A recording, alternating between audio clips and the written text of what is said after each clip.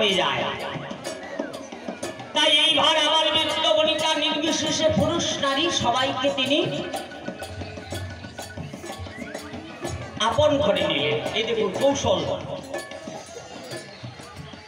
সাতগড়ার মন্ত্র যদি জানা থাকে সাথে সুগন্ধিত না, কৌশল জানতে হবে। এ কৌশল জানে কি? একমাত্র জানে মায়ের। মার সঙ্গ করো।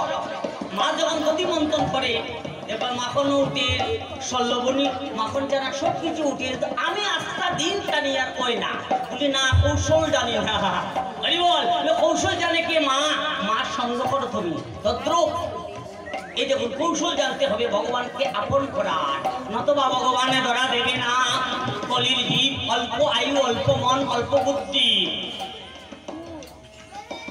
বলি কেন? তাই বললেন সময় থাকতে তুমি ফাইল ধরো, অসময় ধরে কোনো লাভ হবে না। বলি কেন? বলে যৌবন, ভজন যৌবনে হয়, ইন্দ্রিয় শীতল হয়ে গেলে ভজন আর হয় না। সারি সারি ভাবে কলসি লইয়া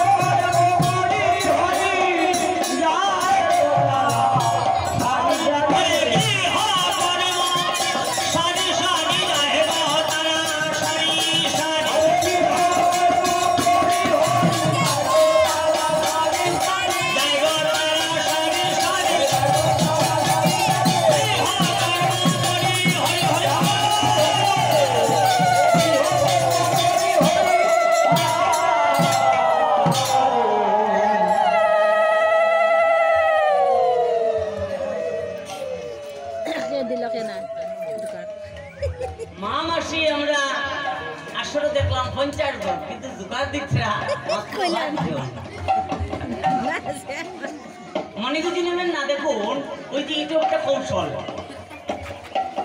বললেন ওই ভাগ্যবানের আঙ্গিনায় যে আমরা যাব, কীর্তন শ্রবণ করবো, আর কি করবো? বলি আমার মঙ্গলের জন্য, সবার মঙ্গলের জন্য। দেখবেন অনেক মামাসিরা কি করে ওই ভগবানের সামনে এসে ওই উলুধ্বনি করে, হরিধ্বনি করে। কেন? ভগবানকে আপন করা। আস্তে দাদা, কেউ দেখুক বা না দেখুক, ভগবান তো আর অন্ধ নয়, তিনি তো দেখছেন।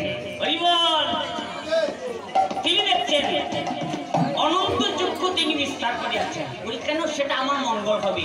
এই যে উত্তম রসনা, এই যে উত্তম রসনা, আমার রসনাটা কিন্তু উত্তম, শুধু আমি নয় আমরা সবাই। এই উত্তম রসনা পেয়ে কি করলাম? খালি ভালো ভালো ভালো ভালো সেবা করলাম, বল। আর ভগবানের জন্য কোনো কিছু নয়। এই যে হরিধ্বনি করলাম আর উলুধ্বনি করলাম, তাতে মঙ্গল। উলুধ্বনি দিলে ভগবানের আনন্দ হয়, ভগবান আনন্দ পান, আর আমাদের মঙ্গল হয়। যেদিন আমার বিচার হবে, দেখুন এই একটু কথা বলে যাই আস্তে, বিচার কিন্তু আমি নয়, প্রতিটি জীব, প্রতিটি মানুষের হবে। এই বিচারে যখন দেখবে সারাটা জীবন গেল আমার খালি ক্ষেত কাজ করলাম, বল আল চাষ করলাম, আর কোনো কিছু না, বল।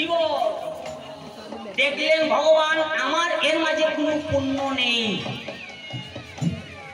হঠাৎ করে একদিন এই হরিসভায় গিয়ে দেখা যায় হরিধ্বনি করেছিলাম, এই একদিন আর একবার হরিধ্বনি করাতে আমার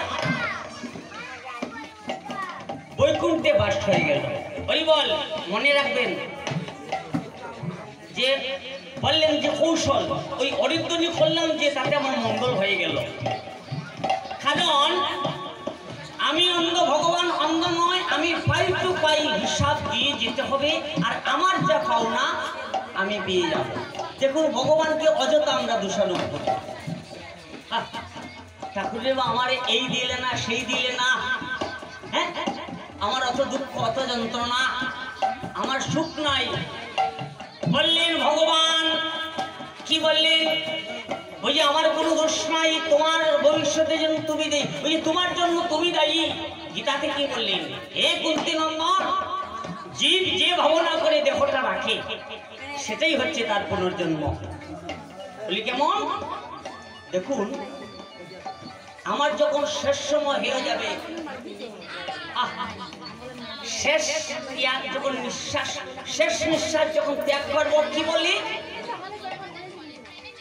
তুমি যাও, যে বাবারে আমার আর ছেলে এই সাইডের দিকে একটাও আর বিয়া করাইতে পারলাম না, ও আবার 84।